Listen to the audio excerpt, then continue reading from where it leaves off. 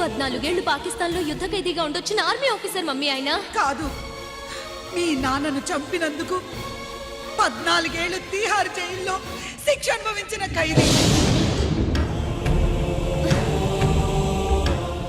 మీ నాన్నను చంపింది తనేనని 10 మందిలో ఒప్పుకోవాలి. మనకి క్షమాపణ చెప్పాలి.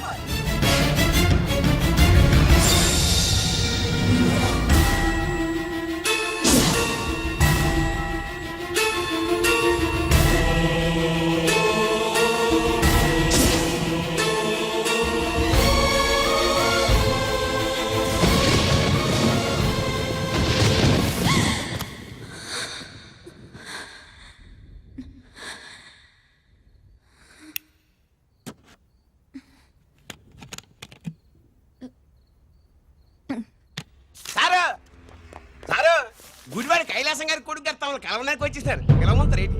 వాడు వచ్చాడా, నువ్వు తీసుకొచ్చావా? నాకేం తెలుసు సార్. పోనీ వాళ్ళ నాన్న తెలుసా? అమ్మతో ఆడు కూడా తెలవచ్చు సార్. పేరు గోత్రం చెప్తుంటే తెలిసేమో అనుకున్నాలే. రమ్మను. ఒరే కిరణం, నీ నాన్న గుడిని మింగేసే రకమైతే ఈడ 10వ శతాబ్దంలో కట్టారు. అప్పుడెంత మింగేసినారు కూడా చెప్పేసి రకం. కొంచెం జాగ్రత్త. రే రారవే.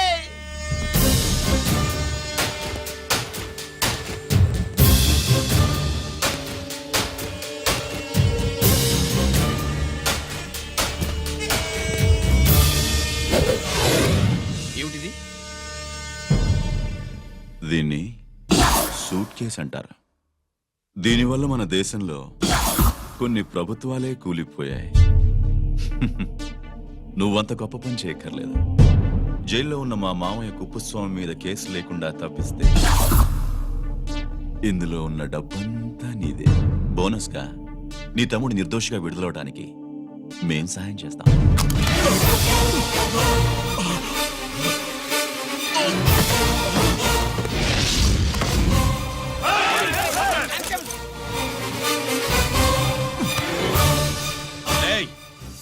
దీన్ని పిస్టల్ అంటారు. దీనివల్ల కొన్ని దేశాల్లో విప్లవాలే వచ్చాయి. దీనికి సంఘ వ్యతిరేక శక్తుల్ని కాల్చి చంపిన చరిత్ర ఉంది. నీలాంటి వాళ్ళని ఎన్కౌంటర్ చేసిన బ్యాక్గ్రౌండ్ ఉంది. మీ తమ్ముడి జీవితం మా చేతుల్లో ఉందని తెలిసి కూడా ఎదురొస్తున్నావా? నీ జీవితమే నీ చేతుల్లో లేదు. నా తమ్ముడి జీవితం గురించి నీకెందుకురా వర్రీ? నోకరాజు సరే, సూట్ కేసు లోపల పెట్టి మాత్రా ఎత్తి వీటి నెత్తిన పెట్టు.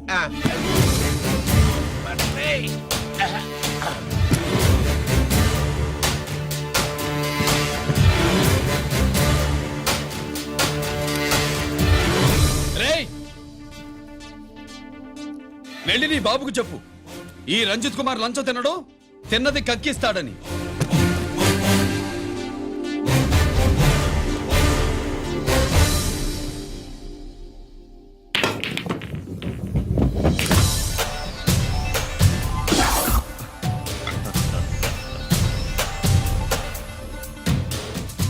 రూల్స్ పాటించే పోలీస్ ఆఫీసర్వి, రూల్ తప్పి ఆట ఆపావేంటి? నీకు ఆడడం తెలుసు, నాకు ఆడుకోవడం కూడా తెలుసని నీకు చెప్పడానికి. బాల్ని పాకెట్లో వేసే క్యూ నీ చేతిలో ఉంది. లాకప్లో తోసిన వాళ్ళని ఎర్రగొట్టే లాఠీ స్టిక్ మా చేతుల్లో ఉంటుంది. సూట్ కేస్ తిప్పి పంపించావు కదా, నిజాయితీ పరుడి ఫేస్ ఇలా ఉంటుందని చూపించడానికి వచ్చావా? అవినీతి పరుడి ఫేస్ ఎలా ఉంటుందో చూసి వేటు తప్పదని హెచ్చరించడానికి వచ్చా. ఏంట్రా మేం చేసిన అవినీతి? టెండర్లు పాడి నాసిరకం ప్రాజెక్టులు కట్టి జనం డబ్బు వృధా చేస్తున్నావా? హాస్పిటల్ కి కల్తీ మందులు అమ్మి సొమ్ము చేసుకుంటున్నావా? ఆయుధాలే కదా అమ్ముకుంటున్నావు. దీనివల్ల ప్రజలకేంటి నష్టం? ఆ నష్టం కళ్లకు కనిపించదు. తుపాకీ తీవ్రవాది చేతిలో ఉంటే అధికారులు భయపడుతున్నారు. మంత్రులు, రాజకీయ నాయకులు ప్రాణాలు గుప్పెట్లో పెట్టుకుని పాలన సాగిస్తున్నారు. తీవ్రవాదికి భారతదేశంలో కొన్ని రాష్ట్రాలే భయపడితే ఉగ్రవాదికి అమెరికా, బ్రిటన్ లాంటి అగ్రదేశాలే వణికిపోతున్నాయి. దేవుడిచ్చిన తెలివితేటల్ని ఇలా ఆయుధాలమ్మి కోట్లు గడిస్తున్నారు. నీలాంటి వాళ్ళ ఆట కట్టించడానికే దేవుడు నాలాంటి ఆఫీసర్లను పుట్టిస్తాడు. నీలాంటి ఆఫీసర్లని చెస్ బోర్డ్ లో బావుల్ని కదిపినట్టు కదిపి మా ఇష్టం వచ్చిన చోటికి ట్రాన్స్ఫర్ చేయించే కెపాసిటీ ఉన్న పార్లమెంటేరియన్ ని నేను. ఆల్రెడీ మీ తమ్ముణ్ణి బోనెక్కించా. మాట వినకపోతే ఏం చేస్తావు? ఏం చేస్తావు? నీ ఇంటి పేరు గుడివాడ, నీ ఊరు గుడివాడ. చెప్పరా, గుడివాడకి ఏ పక్క నీ అడ్డ? హనుమాన్ జంక్షన్ వైపా, పామర వైపా? ఈ సైడ్ అయితే ఆంజనేయ స్వామికి బలిస్తా, ఆ సైడ్ అయితే ఉయ్యూరు షుగర్ ఫ్యాక్టరీలో క్రష్ చేస్తా. Count your number of days.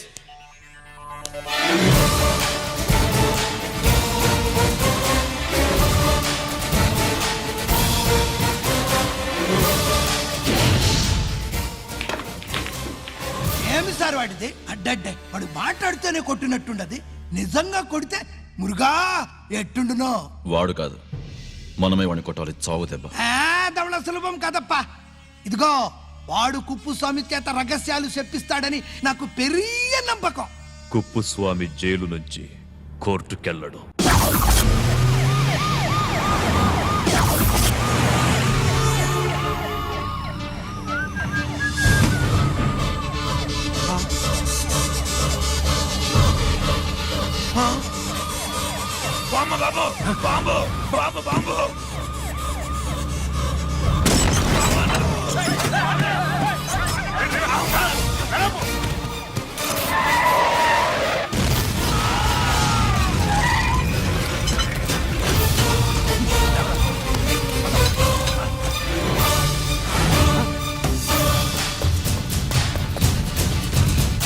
Kuppuswamy, Kuppuswamy!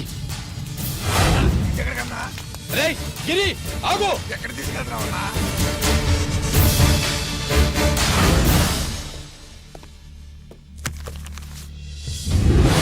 ఇదేంటయ్యా, ఇతను ఇంకా ఉద్యోగంలోనే ఉన్నాడా? పీకేయమని చెప్పాగా. చెప్ప పెట్టకుండా తీసేయడానికి ఇది పొలిటికల్ పోస్ట్ కాదు, పోలీస్ డిపార్ట్మెంట్ ఉద్యోగం. మరి కుప్పుస్వామిని నీ కళ్ళ ముందే పేల్చేస్తున్నప్పుడు ఏమైందంట మీ పోలీస్ డిపార్ట్మెంట్? ముఖ్యమంత్రి దగ్గర నుంచి మంత్రుల దాకా అందరూ బుల్లెట్ ప్రూఫ్ జాకెట్లు ఎందుకు వేసుకుంటున్నారు తమరు ఎక్స్ప్లెయిన్ చేస్తే మీ ప్రశ్నకి నేను మా డిపార్ట్మెంట్ తరఫున సమాధానం చెప్తాను సార్. ఏంటయ్యా రెచ్చిపోయి మాటకు మాట మాట్లాడుతున్నావు?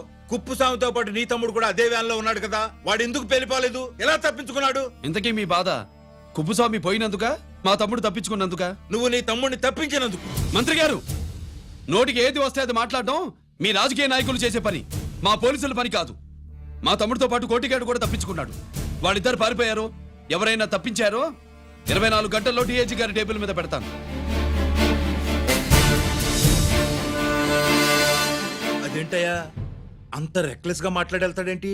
చేతులు తడుపుకునే ఆఫీసర్లైతే మీలాంటి వాళ్ళని చూసి నీళ్ళు నవ్వులుతారు. గుండెలు మండే ఇలాంటి వాళ్ళు నిప్పులు కక్కి వెళతారు. సాయంత్రం లోపతను మీ వాళ్ళను పట్టుకోకుండా చూసుకోండి.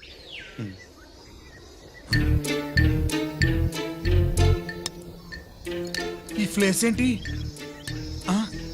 ఇప్పుడు ఎక్కడున్నావు? ఆకాశం కింద. అంటే భూమి మీద. మరి ఆ మందేంటి? పోలీసుల నుంచి తప్పించుకున్నాం కదా, పార్టీ చేసుకుందామని. పార్టీయా? ఆ, మరి కట్టేసావేంటి? మందెక్కువ అయితే పడిపోతావని. నాకొద్దు. వద్దంటే ఎలా రాగొట్టిగా? అయితే నువ్వు కూడా తాగు. లేదు, నువ్వు తాగాలి, నేను వినాలి. ఏం వినాలి? నువ్వు చెప్పేది. ఏం చెప్పాలి? నిజం. కుప్పుస్వామిని చంపింది ఎవరు? నాకేం తెలీదు, నాకేం తెలీదు. రేయ్! దండం పెడతానా? ఒరే కొట్టిగా, కుప్పుస్వామిని చంపడానికి పోలీస్ వ్యాన్ మీద బాంబులు వేయడం చూసాక నువ్వు వ్యాన్ నుంచి దూకేశావు. నీ టైం బాగుంటే బతికావు, లేకపోతే అన్నా పొరపాటున పోయి ఉంటే ఏమైందన్నా? పవర్ పోయేది. నీ శవాన్ని తీసుకుని నేను మీ ఇంటికి వెళ్ళేవాడిని. మీ ఇద్దరు పిల్లలు నాన్న పోయావా, నాన్న పోయావా అని ఏడ్చేవాళ్ళు.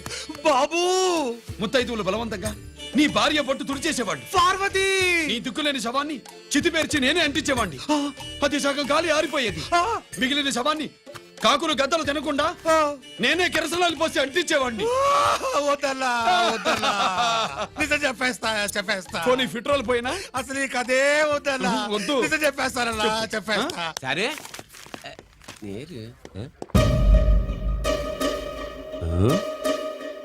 ఇటు నా సీట్ మీద కాన్సన్ట్రేట్ చేసినారు.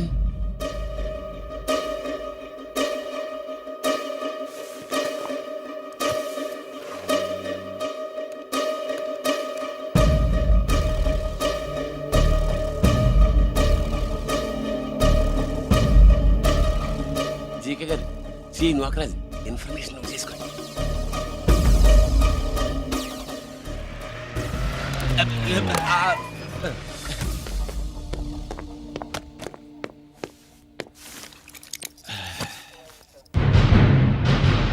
పరమేశ్వరుడికి కాదు,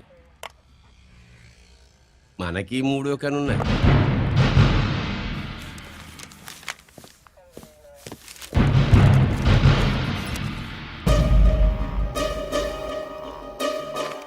హలో నాన్న బాసు, సీన్ ఒకరికి మాట్లాడు. మా ఏసీపీ గారు ఇలా కలెక్టర్ని కలడానికి వెళ్తాడు. కలెక్టర్నే సాయంత్రం దాకా మీటింగ్లోనే ఉంటాడు అన్నట్టు. శంకర్రామన్ ఫోన్ చేసాడు. కేపీ క్వారీ ద్వారా ఈటింగ్ చేస్తారంట ఆయుధాలు ఇచ్చింది ఆడే చేసుకుందాం అన్నాడు బేగిలిపోండి ఓకేనా సరే రెడీ సుబ్రహ్మణ్య గారు నాతో రండి. Yes sir. సీక్రెట్ గా కంప్యూటర్లో నా బొమ్మ చూసేయడం కాదు బాసు రేపు ఆంధ్రదేశం అంతా పేపర్లో పబ్లిక్ గా నీ బొమ్మ చూసి చేస్తారు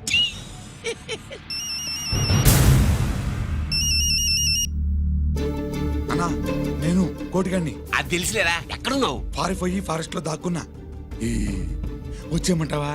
వద్దు నువ్వు అక్కడే ఉండు రంజిత్ని చంపడానికి ప్లాన్ వేస్తున్నారు ఆడు పోయాకరా పోయాకంటే చచ్చిపోయాక రంజిత్ ని లేపేస్తున్నారా? ఇప్పుడు ఇప్పుడే ఎక్కడా? ఏపీ క్వారీస్ దగ్గర